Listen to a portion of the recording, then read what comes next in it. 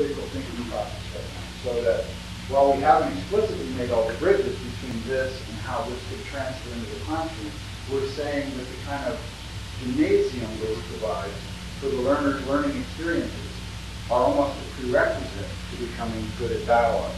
Yeah.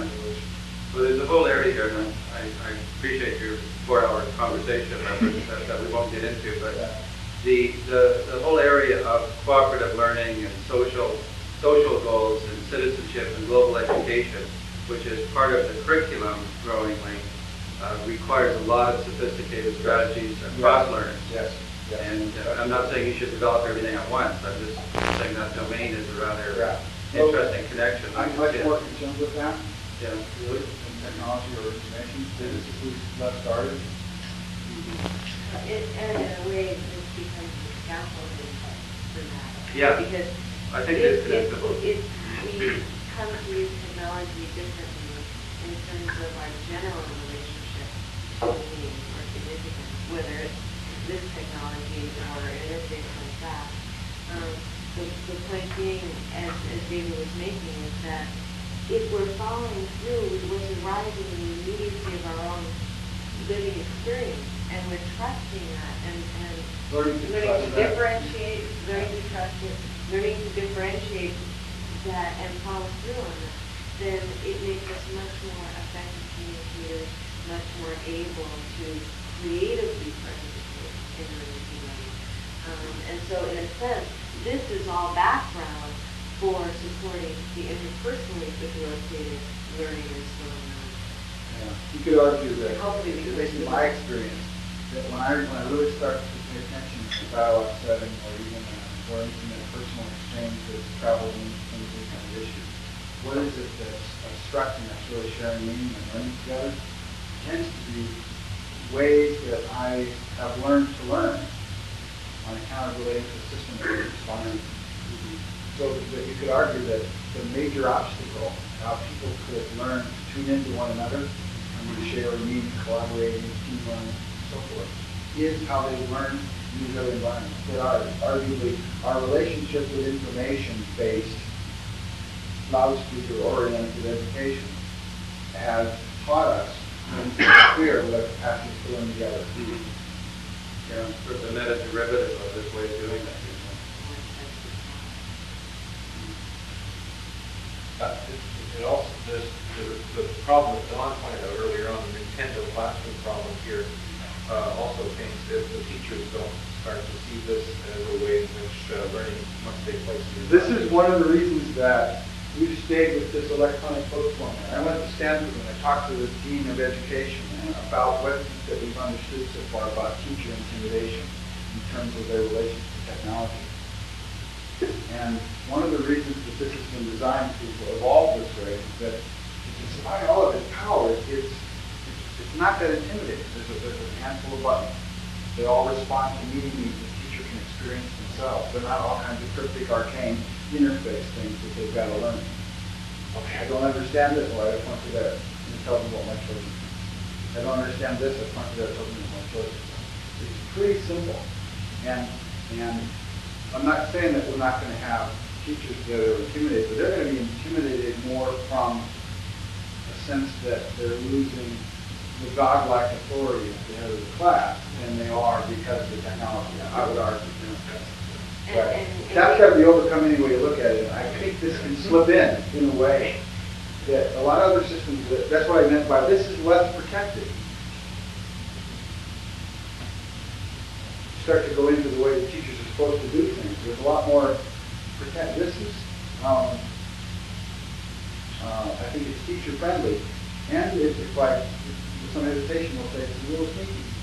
That I don't think teachers can have some interaction with. That this is a technology that they can relate to, the technologies that exist.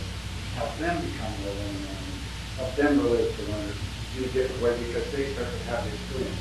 Frankly, a teacher who isn't moving towards becoming more learning-oriented in their approach to facilitating learners,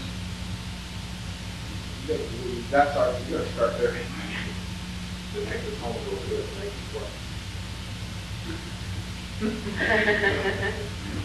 If that's what makes it feel comfortable, right? No, or the other two would be they would let the kids use this, I don't see that being the problem, but that's not the real learning, and that's, and they'll go back to their standard way of approaching the curriculum in the classroom.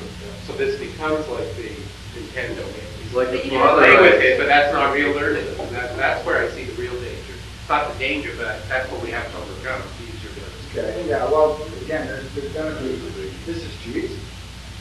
It's too easy. It's supposed to be a grueling, painting process in which people get, forced down these tracks and so forth and so on. Yeah, we're gonna have to overcome that. But the reality is, if you go into it, I think there is a point where we say, yes, you must stretch the learners in places they haven't been before. All we're trying to say is that when you lead them up to that edge of the cliff from which you want to stretch them, the walk that you take them on to get there, have a safety mechanism. Because you haven't been from the fall before they get there anyway. So if en route to getting there, they start to fall, give them the tools to stay up and get to the edge of the cliff. At that point, then we can learn how to really stretch them. If we can't agree that they're at the edge before we start to stretch them, you got a chaos either, the behavioral risk. You're asking your teacher to be in dialogue with the child as a learner. What the teacher's doing is engaging the learning around the rainbow. But more importantly, is attending to the child in terms of the process the child's going through. The teacher has to read that, so it's not a case of I don't have to do anything before. Teachers. That's right. Yeah. So arguably, that's why I said earlier that the real teacher of the future, I think, is a dialogue facilitator. They're not an informer. Machines are going to be able to inform better and more adaptively, more learner-driven and more adaptively than people can, especially when you're trying to deal with a whole lot of people, 1 on 40. But you are defining the parameters of the dialogue. The teacher, that's the map against which we get to interpret the child. No, it informs as one input. That can be the difficulty. Yeah, like anything, Yeah, like people can anything. say this is the way people are. And that's a failure to recognize that whatever we say something is, it's a limited approximation of what it is, and that this is a lens. And like any lens, it lets you see what's there, but it also adjusts your perceptual system in a way that it isn't a high fidelity reproduction of what actually is. So this is just a way to peer into activities learners are going through that right now we don't have a way of seeing. Like I said, in one sense you could say that the learner activities are happening at a submicron level and we're trying to find them with a telescope. And this is a way to kind of bring the lens of the system and the needs of the learner into some kind of working relationship. They can learn how to better tubing here. It doesn't have any end point. This is the way things should be. There is no this is the way things should be. I don't think. There's an orientation to learning how to move together towards something that will be more effective, more economically appropriate, right? More humanistically appropriate, more facilitative of self-esteem work, not harmful to one's self-esteem.